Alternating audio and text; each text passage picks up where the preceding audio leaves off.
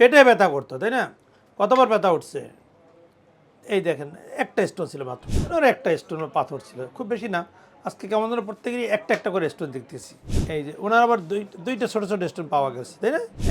এই যে আমরা দেখছি ওনারও একটা স্টোন। আসসালামু আলাইকুম, আপনাদের সকলকে পোস্ট অপারেটিভ কাউন্সিলিংয়ে অসংখ্য ধন্যবাদ যে আপনারা অনেক ধৈর্য ধরে রোগীর অপারেশনে আমরা কী কী সমস্যা ফেস করেছি বা অপারেশনে কী পেয়েছি এবং সেই স্পেসিমেন নিয়ে এবং রোগীর অবস্থা নিয়ে আপনাদেরকে শর্ট ব্রিফ করব। আলহামদুলিল্লাহ, এখন যে কয়জনের রোগীর পিত্তথলি পাথরের ল্যাপারোস্কোপিক সার্জারি করলাম, প্রত্যেকের অপারেশন অত্যন্ত নিরাপদভাবে সুন্দরভাবে শেষ হয়েছে। কারো অপারেশনই এক ফোঁটা ব্লিডিংও হয়নি এবং আলহামদুলিল্লাহ আজকের প্রত্যেকের অপারেশনই খুবই সুন্দর হয়েছে। এ কারণে কোনো কমপ্লিকেশন তেমন ছিল না, শুধু গলে স্টোন ছিল এবং সেই রিলেটেড সিমটমস বা উপসর্গ যেটা হয় আমাদের কাছে অধিকাংশ রোগীই আসেন পিত্তথলির পাথরের উপসর্গর বাহিরে, অর্থাৎ পিত্তথলি পাথরের উপসর্গ পিত্তথলি পাথরের জটিলতা নিয়ে আসে, যেমন পিত্তথলির ফোড়া, পিত্তথলির পাথর পিত্তনালীতে চলে গেছে, পেনকেটাইটিস করেছে, পিত্তথলির ইনফেকশন, সেই মানে জটিলতার সমস্যাগুলো নিয়ে আসে। সেই ধরনের অপারেশন কম্প্যারেটিভলি একটু জটিল, বাট শুধুমাত্র পিত্তথলি পাথর এবং তার উপসর্গ সেই অপারেশন কম্প্যারেটিভলি অনেক সহজ।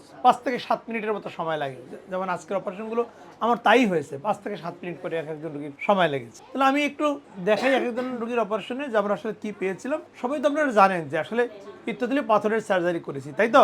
অনেকের একটা ধারণা যে আমরা হয়তো বা শুধুমাত্র পাথর বের করে নিয়ে আসি, না, বেসিক্যালি পুরো পিত্তথলিটাই বের করে নিয়ে আসি। কারণ এটা কিন্তু আমার ব্যক্তিগত কোনো পদ্ধতি না, সারা বিশ্বব্যাপী আপনি আমেরিকা যান, কানাডা, অস্ট্রেলিয়া বা বিশ্বের যে দেশেই যান, পিত্তথলি পাথরের চিকিৎসাই হচ্ছে পুরো থলিটা ফেলে দেওয়া। কারণ একসময় শুধুমাত্র পাথর বের করা হতো, তখন যেটা হলো 5 থেকে 6 মাসের মধ্যেই আবার পিত্তথলিতে পাথর হওয়া শুরু হয়। যেহেতু পিত্তথলি নিজেই পাথর হওয়ার একটা বড় কারণ, সবার পিত্তথলি কিন্তু পাথর তৈরি করে না। কিছু কিছু মানুষের পিত্তথলি যখন প্রপারলি ফাংশনিং না হয় তখন পিত্তথলিতে পাথর হয়। আরো কিছু মেকানিজম আছে, অন্য অনেকগুলো মেকানিজমের সাথে পিত্তথলি নিজেই একটা কারণ যুক্ত হয়ে পাথর তৈরি করে। সুতরাং সেই প্যাথোলজিক্যাল বা সমস্যাযুক্ত পিত্তথলি যদি শরীরে রেখে আসা হয় আবার পাথর হয়। এই কারণেই পিত্তথলিটাকেই বের করে আনা হয়। আর এটা যেহেতু অত্যন্ত গুরুত্বপূর্ণ বা অতীব গুরুত্বপূর্ণ কোনো অর্গান নয় যেটা ফেলে দিলেও রোগীর খুব বড় কোনো সমস্যা হবে এমন নয়। যেমন আমরা কিছু কিছু অর্গান এরকম ফেলে দেই মাঝে মাঝে ইনফেকশন বা সমস্যা হলে, যেমন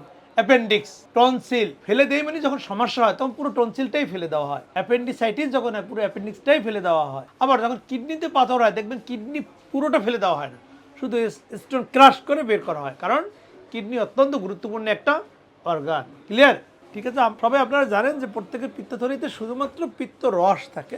লিভার যে পিত্ত রস তৈরি করে সেই পিত্ত নালী হয়ে খাদ্য নালীতে যায়, যাওয়ার পথে সেই নালীর সাথে থলিটা জাস্ট লাগানো থাকে। সেই নালীর সাথে থলি এ কারণেই লাগানো থাকে যেহেতু লিভার থেকে তৈরি হওয়া রস নালী থেকে থলিতে এসে কিছুক্ষণের জন্য জমা হয়। আমরা যখন খাবার গ্রহণ করি তখন একটা সংকেত আসে এই থলির কাছে, তখন থলি নিজের থেকে স্কুইজ করে এই রসটাকে পিত্তথলির ফান্ডাস হয়ে একেবারে পিত্তথলির শেষ অংশে এসে পিত্তনালী হয়ে খাদ্যনালীতে চলে যায়। এখন পিত্তথলিটা তো নেই, তাহলে কি হবে? এখন লিভার থেকে তৈরি হওয়া রস সরাসরি পিত্তনালী হয়ে খাদ্যনালীতে যাবে। ঠিক আছে, প্রথম কয়েকটা দিন রোগীদের কিছু কিছু সমস্যা হলেও হতে পারে। 5 থেকে 10% রোগীর প্রথম দিকে তৈলাক্ত খাবার খেতে কিছুটা সমস্যা দেখা যায়। খাসি, গরু, পোলাও, কোরমা, বিরিয়ানি খেলে অনেকের একটু ম্যালডাইজেশন বা একটু পাতলা পায়খানা, আবার অনেকের কনস্টিপেশন হতে পারে। কিন্তু 6 মাস থেকে 9 মাসের মধ্যে যে 3-4% রোগীর সমস্যা হয় তাদের সমস্যাটা আবার চলেও যায়। ঠিক আছে, তাহলে আমরা এবার একটু দেখি যে আসলে আপনাদের রোগীর পিত্তথলিতে কী ছিল। লামিয়া পেশেন্ট, আমরা জানি যে কোনো পিত্তথলি কাটলে শুধুমাত্র রস পাবে, রস বাদে কিছু পাওয়া গেলে সেটাই হচ্ছে জটিলতা, তাই না? তাহলে লামিয়া পেশেন্টের কী সমস্যা ছিল? পেটে ব্যথা করতো, তাই না? কতবার ব্যথা উঠছে? এই দেখেন, একটা স্টোন ছিল মাত্র। কয়টা স্টোন? একটা স্টোন। এবার আমরা আলামিন পেশেন্টের কী সমস্যা ছিল? পাথর। কষ্ট কী হতো? পেটে ব্যথা। আপনার পেশেন্টের ওয়েট তো একটু বেশি, 108 কেজি ওজন, যে কারণে অপারেশন করতে গিয়ে একটু স্ট্রাগল আমাকে করতে হয়েছে। যেহেতু পেটের ওয়াল অনেক পুরু, সেখান থেকে পোর্ট করে পেটের ভিতরে ঢোকা কিছুটা ডিফিকাল্ট। এই জন্য ওবেস পেশেন্টের অপারেশন করা সবসময় জটিল হতো। খুব বেশি স্কিল্ড বা স্পেশালাইজড সার্জন না হলে এই ধরনের ক্ষেত্রে অনেক সমস্যা পড়তে হয়। আমরা যেহেতু এই ধরনের অপারেশন প্রায় করে থাকি সে কারণে খুব বেশি সমস্যা হয়নি। তাহলে আমরা একটু যার কথা বলতেছিলাম, 108 কেজি ওজন, খুবই সুন্দরভাবে আমরা ওনার অপারেশনটা শেষ করেছি। ঠিক আছে, দেখেন যে ব্যথা ছিল দীর্ঘদিন ধরে। কেন ব্যথা ছিল আমরা দেখি। এই ওর একটা স্টোন পাথর ছিল, খুব বেশি না। আজকে কেমন ধরনের প্রত্যেকেরই একটা একটা করে স্টোন দেখতেছি। সিঙ্গেল স্টোন ডেজ মনে হচ্ছে আমার কাছে। আচ্ছা, ফাতেমা সরকারের পাশে ওনার কী সমস্যা ছিল? পেটে ব্যথা, সবারই পেটে ব্যথা, তাই না? আচ্ছা দেখি, আমরা তো আগেই জানতাম যে পিত্তথলিতে পাথর। এই যে রস বের হচ্ছে না, দেখি কেন পেটে ব্যথা হইতো। এই যে ওনার আবার দুইটা ছোট ছোট স্টোন পাওয়া গেছে, তাই না? দেখছেন নাকি? মনে করলাম ওনারও একটা পাথর পাওয়া যাবে, যেহেতু সবার একটা করে পাওয়া যাচ্ছিল। আমেনা পেশেন্ট, ওনার কি সমস্যা ছিল? পেটে ব্যথা। সবারই আসলে পিত্তথলি পাথরের মেইন যে উপসর্গ সেটা হচ্ছে পেটে ব্যথা। পেটের মাঝ বরাবর বা পেটের ডান দিকে ব্যথা হয়, ব্যথাটা মাঝে মাঝে পিঠে বা কাঁধের দিকে যায়। এই যে আমরা দেখছি ওনারও একটা স্টোন।